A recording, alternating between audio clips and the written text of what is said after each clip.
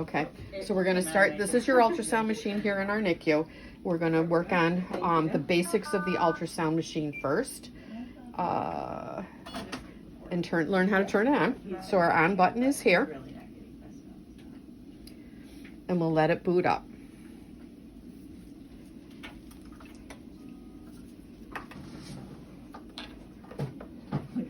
Okay, and the first thing you want to do is to make sure that you are using the vascular probe, which has the flat end, not the round end.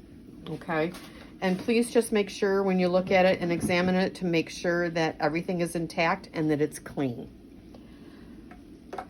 So when we look at our machine, we want to make sure, right now it is on the abdominal cardiac probe. We're going to push the button over here to have it switch over to the vascular probe. Once you get to your vascular probe, you'll see the screen. It has a center guide on it, so these dots, green dots down the very center, actually correspond to the arrow on your probe. So this is the very center of the probe and the center where you're gonna put your blood vessel underneath. When you look at your screen, everybody has different visual acuity, so you're gonna have to adjust the settings to what fits your visual acuity. When you look at this, this is automatically preset to a depth of 2.6 centimeters. That is way too deep for a premature or a full-term infant. So what you need to do is to change your depth. And to change your depth, you are going to put it on hold. You are going to go to the buttons that says depth, up or down. We are actually going to go up, and we are going to bring it up to 1.9 centimeters is the lowest depth that you can put on this machine. These black or green dots now correspond with a 0.5 centimeter, 1 centimeter, 1.5 centimeters. Okay, then you are going to actually take a look at your baby and then adjust your gain to be able to increase brightness or decrease brightness based on your visual acuity. Is really important. I find it the easiest to be able to have the ultrasound machine directly across from me so that I'm not twisting and turning and putting extra strain on your upper shoulders and back. So you're going to take your infant's arm, you're going to make an L shape so you can support it into a 90-degree angle. Here, boo-boo.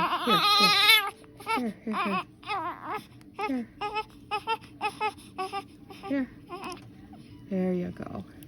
Again, comfort positions are very important, so providing a pacifier if they can have sucrose. Okay, you're going to take your individual package of ultrasound gel. We should not be using a multi-dose bottle because of the risk of infection and contamination. So you don't need a whole lot of gel. You just need a very good bubble. You're going to take your ultrasound probe. This little notch corresponds to our ultrasound machine and the position. It should be over on the other side, but I don't know how to change it on this one. Okay, so you are going to actually take your pinky finger and you're going to support it on the patient's arm, because in actuality, your ultrasound probe should come in contact with the gel and not forcefully down on the skin. You have to remember, especially in our micropreemies and premature babies, they don't have a lot of subcutaneous fat. So that compression, which we all naturally want to do, holding it firmly, can actually compress the vessels where you won't even be able to visualize them.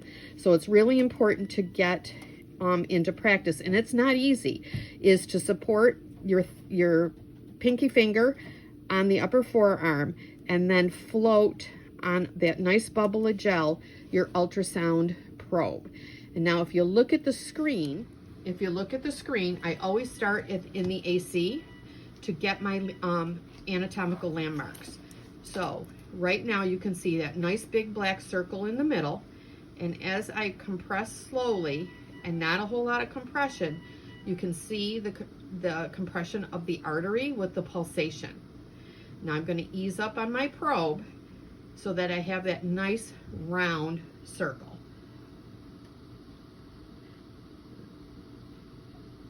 Now I'm going to just go up the arm just a little bit and more to the inside of the arm, keeping that artery in the very center. And now I can start seeing blood vessels. So on the far left, there's a little definition,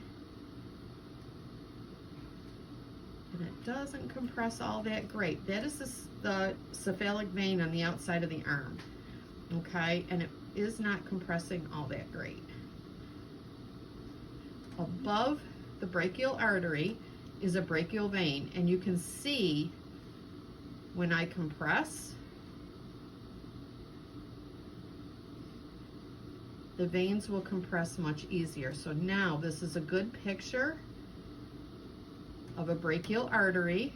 Directly on either side are two small brachial veins, because you can see them compress nice and easy. And I'm going to come up the arm further.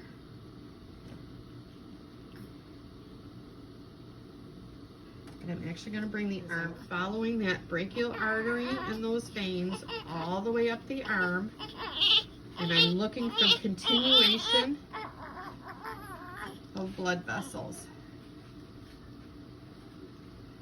And on this machine, it's not an easy picture. Okay, so I'm going to compress just a tiny bit to see what definition I can get. So now I can absolutely see my brachial artery, that nice big black circle compressing, and a very small brachial vein at 1 o'clock and at 11 o'clock. But there's not a lot of great definition. We're going to do a lower extremity. So your lesser cephalix is a small vessel starting at the ankle, with your greater saphenous starting at about the level of the knee and is very superficial. And then your femoral artery or femoral vein is much deeper and only accessible by ultrasound.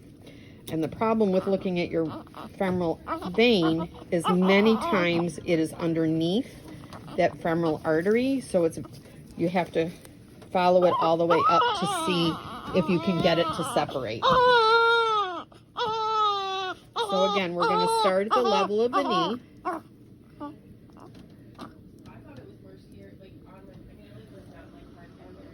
So that nice bright half halo, half moon is actually the femoral, the femur.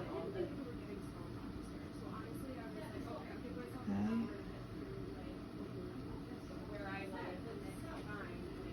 So our femoral vein, I'm going to go right to the landmarks with about 3/4 of a centimeter deep, or half a centimeter. Just above that half centimeter mark is a nice round vessel. I'm going to compress it, and you can see that is the femoral artery. The femoral vein is directly underneath it, which compresses very easily. I'm going to follow this up to see if I can get that femoral vein now starts to rotate to the right of the artery. So I'm going to compress again. You can see the artery, and you can see how the femoral vein comes to the right just underneath, and then I'm following it. Now you can see it nice and bright, and it's directly under that femoral artery. So the only way to access is to tunnel it deep, or to come up into the groin area, the inguinal crease, where you can see it completely separates itself to the left. I'm trying to find the vagal nerve, but I don't see it. It's in the visual. Okay, so this is the GE Venue. This is the ultrasound machine that we use. And as you can see, the clarity is very different. So when you can view this, I'm going to compress. You can see the artery, and right above it are two small veins that compress nicely, and to the right is another vein, two small veins that compress. You can also see an arteriole pulsating. And I'm going to come up, and I'm going to have Andrea freeze. because what I want to identify and show you is this little capsule circle with all these tiny little dots. That is the brachial nerve plexus. Okay, so that's a bundle of nerves. So realistically, under ultrasound, to place a PICC, you would choose this vein over anything over here due to that brachial nerve plexus. By cannulating, you can irritate this nerve, and when you would worry about any type of pressure, which can cause neurological deficits in that arm long term, in that extremity, I should say. Okay, so I'm going to unfreeze, and we're going to find I'm going to go interior of the arm. I'm going to follow that complex right up the arm and look at the path of those vessels to make sure they're straight, and the diameter, because vessels can get smaller the further you go up an extremity, or they can get larger, or they can look like a grape cluster, which is what I'm seeing here. Which in some cases, that's why you can't get a line to pass, is because it convolutes around all these tiny little vessels. So it's not a straight path. All right, so here's a good picture. I'm gonna compress. You can see the top vessel compresses very easily, so that is a brachial vein. And now you can see the compression and the pulsation, hopefully, of our artery.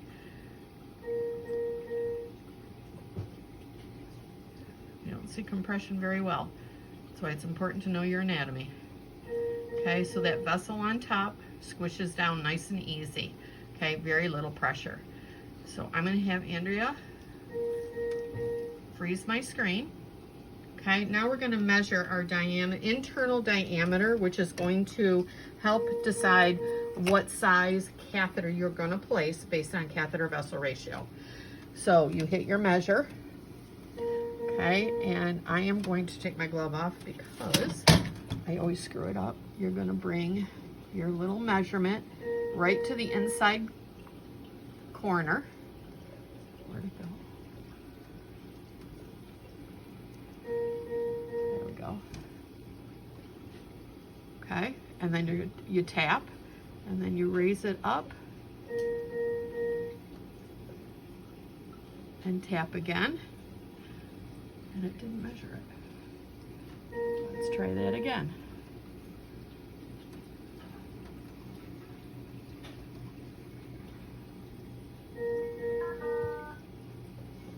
There we go. So I have a diameter of 0.13 centimeters. So 1.3 millimeters. So that's what you would put into your CV calc. Put the size of catheter, and it gives you the area that's being filled of catheter. And remember, we want less than 30% to fill that vessel of a catheter.